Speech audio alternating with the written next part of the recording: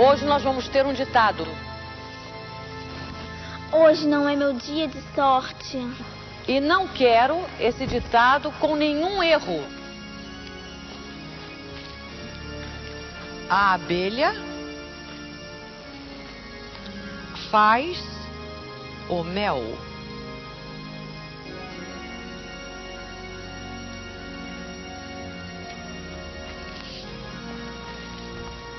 O titio gosta de mel.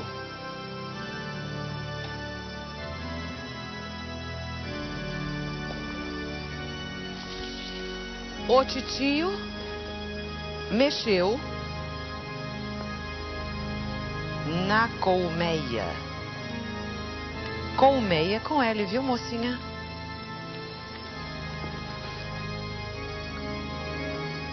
A abelha picou o titio.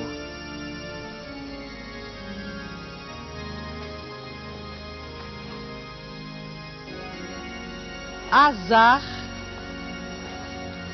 do titio. Azar com S? Você vai ver o que é azar.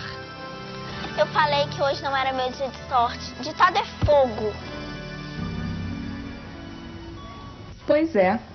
Quando eu era pequena, eu tinha alguns problemas com os ditados. E esse é justamente o nosso assunto de hoje. Mas esse vai ser um ditado diferente. Não vai ser a professora quem vai ditar as palavras para os alunos. O nosso ditado de hoje vai ser justamente o contrário.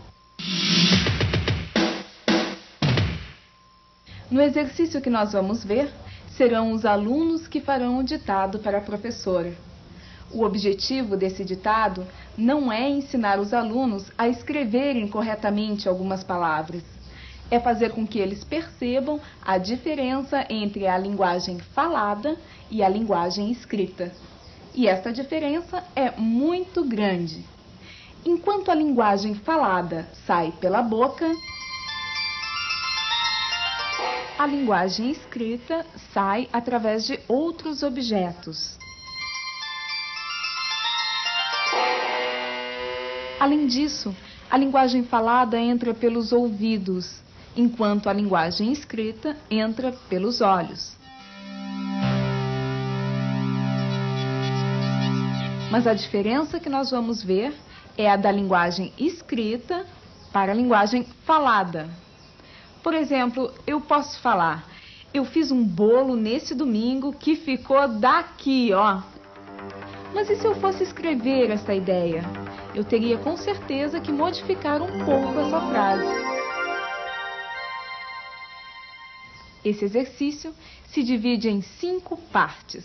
Hoje eu vou ler uma história para vocês. O professor lê uma história curta para as crianças, usando apenas apoios visuais analógicos e simbólicos. Ele pede que uma criança, ajudada pela classe, dite para ele a história que foi lida e escreve lentamente no quadro que está sendo ditado, exatamente como a criança ditou. O professor lê o texto que foi ditado, depois pede sugestões para a mudança do texto e vai aceitando ou não as modificações. E aí temos então a leitura final, resultante das negociações entre o professor, a criança e o texto.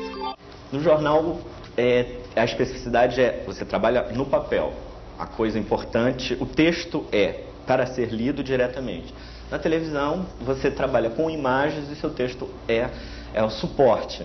Então tem uma diferença muito grande. O texto para a TV, ele tem que estar sempre vinculado à imagem. Quer dizer, você tem que estar sempre pensando que você está trabalhando com o suporte de coisas que o espectador está vendo. Então, dessa forma, o texto é uma espécie de explicação, organização de um trabalho de imagens. Agora, a força, a narrativa é uma narrativa visual. Escrever para jornal é diferente. Escrever para jornal, toda a informação está contida nas palavrinhas escritas. Acho que é uma diferença grande, tremenda, de televisão para jornal, é que em televisão você tem que ser o mais claro possível, não pode ser obscuro, não pode ter excessos de estilo, porque o resultado é imediato. Quer dizer, a pessoa está vendo aquilo, está ouvindo alguém ler o texto que você escreveu e não pode perder nada. Nada pode ficar confuso, nada não pode ficar não esclarecido. No jornal, qualquer coisa, você volta, vai no dicionário, está tudo certo. Em geral, a mesma coisa não é tratada da mesma forma em jornal e em televisão. Quer dizer, no jornal, mesmo que você tenha uma foto ao lado, você tem que descrever toda uma situação, você tem que explicar o que está acontecendo, no caso, num acidente. Você tem que dizer, o prédio caiu tal horas, caiu de tal forma, matou tanta gente. Na televisão, o impacto, a informação, o impacto visual, primeiro, tá lá, o prédio está caindo, as pessoas feridas estão sendo tiradas pelos bombeiros.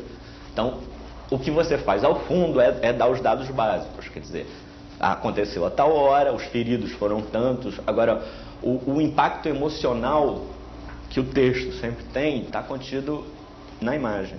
Depois da nossa entrevista de hoje, nós vamos ver esse exercício passo a passo. Hoje eu vou ler uma história para vocês.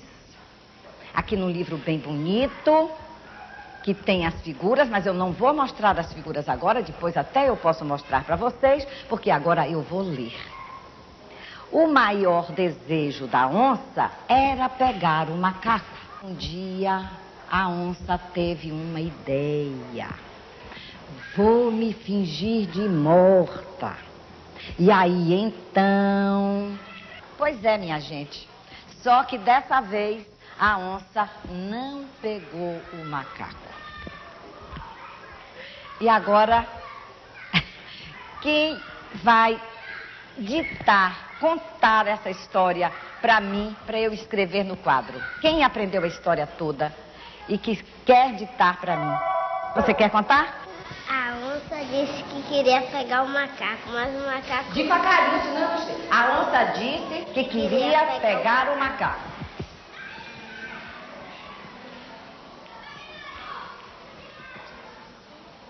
A onça disse, foi o que ela falou, que queria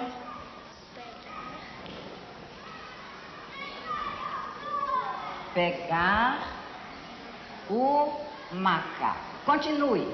O macaco disse que a onça só pula na areia. Só pula na areia.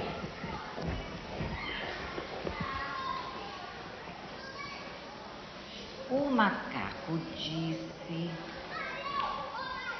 que a onça... Continue. O macaco disse que ele pula no pé... Pula onde? No pé do gato. Agora eu vou ler pedacinho por pedacinho da história. E vocês vão me dizer se querem que fique assim, se querem que tire alguma coisa e bote outra.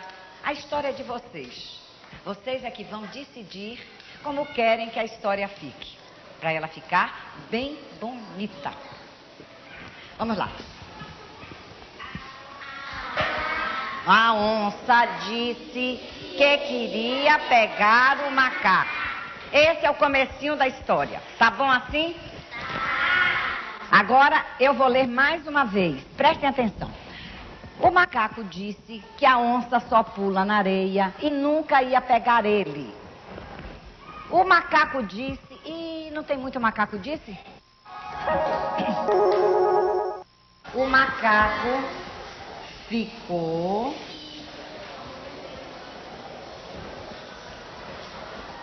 espiando pela janela. Agora, reparem. Quando minha avó morreu, ela espirrou 3 vezes. Quem foi que disse isso? Está aqui no quadro a história que vocês contaram. A onça disse que queria pegar o macaco. O macaco disse que a onça só pula na areia. Como você viu, esse é um exercício muito simples, mas muito interessante também. Ele ajuda a criança a compreender que a escrita pede um jeito diferente daquele que é o da linguagem que a gente usa no dia a dia. Vamos ver então um resumo dos passos? Primeiro, o professor dita uma pequena história. Depois, o aluno dita a mesma história para o professor, que escreve tudo no quadro como ele disse. A professora lê essa versão do aluno e propõe que façam mudanças. Aí, os alunos dão palpites de mudança no texto. E depois disso tudo, há uma leitura do texto final.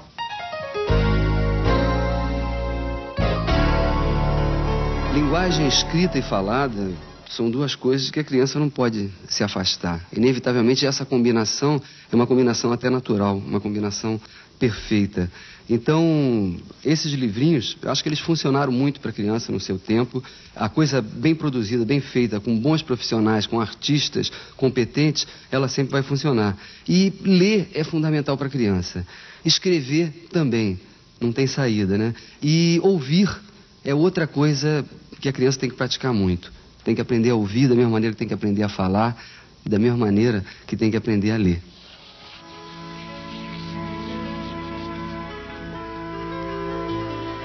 Eu posso não saber escrever as artes direito, mas sei direitinho o que essa palavra